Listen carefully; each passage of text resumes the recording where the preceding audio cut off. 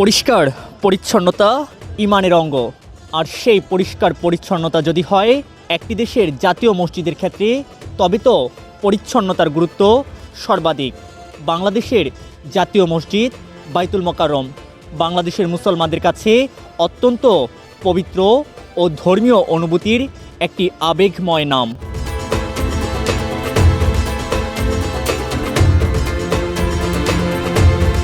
দেশের বিভিন্ন জায়গা থেকে অনেকেই হয়তো শুধুমাত্র বাইতুল মোকাররম মসজিদকে এক নজর দেখার জন্য কিংবা এখানে নামাজ আদায় করার জন্য আসেন, কিন্তু জাতীয় মসজিদ বাইতুল মোকাররমের পরিচ্ছন্নতার বিষয়ে দৃষ্টি নিক্ষেপ করলে শুধুই হতাশা।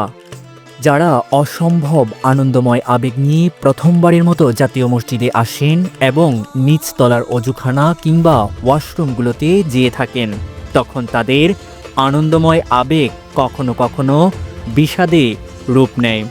কখনো অজুখানায় কিংবা কোনো কোনো ওয়াশরুমে নেই পানির কলও, সেই সাথে আছে পরিচ্ছন্নতার অভাবে ভীষণ দুর্গন্ধ। এটা জাতীয় মসজিদ হিসাবে আমাদের বাংলাদেশের ভিতরে শ্রেষ্ঠ একটা মসজিদ। এখানে ওয়াশরুমটা পরিষ্কার পরিচ্ছন্ন থাকা উচিত, কিন্তু সেখানে আমরা গিয়ে দেখি যে দুর্গন্ধ, ময়লা আবর্জনা, এই টিস্যুগুলো এমনভাবে এবারে ছেড়েও ফেলে রাখছে যে পানিগুলো পাস হইতেছে না, জমাট বেঁধে আছে, অত্যন্ত নোংরা। একই সাথে নিচতলার বিভিন্ন স্থানে দেখতে পাওয়া যায় দৃশ্যমান আবর্জনা।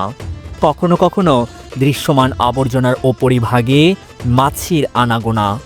কল্পনা করাও হয়তো কষ্টকর যে এমন দৃশ্য বাংলাদেশের জাতীয় মসজিদ বাইতুল মোকাররমের।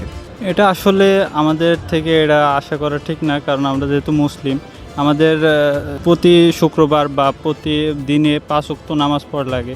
সো এখানে আমাদের একটা ভালো কাজের স্থান বললে চলে। সো এইখানে এরকম পরিবেশ করা ঠিক না। নিয়মিত ফ্লোর পরিষ্কার না করার ফলে ফ্লোরের অপরিচ্ছন্নতাও ব্যাপকভাবে দৃশ্যমান। ফ্লোরের কোথাও ময়লা জমে কালো বর্ণের ছোপ তৈরি হয়েছে, কোথাও বা দৃশ্যমান ভাঙা কাচের ফাঁকা জায়গা দিয়ে একতলার ফ্লোরের ভেতর দিয়ে দেখা যায় আরেক তলার দৃশ্য। যে ভাঙা কাচের টুকরোতে অসাবধানতাবশত পা পড়লে ঘটতে পারে কোনো বড় রকমের দুর্ঘটনাও। একটি দেশের জাতীয় মসজিদ হিসেবে বাইতুল মোকাররম জামে মসজিদ থাকবে সকল ত্রুটি ও সীমাবদ্ধতার ঊর্ধ্বে, এমনটাই প্রত্যাশা করেন দেশের সর্বস্তরের ধর্মপ্রাণ মুসলমান জনগোষ্ঠী।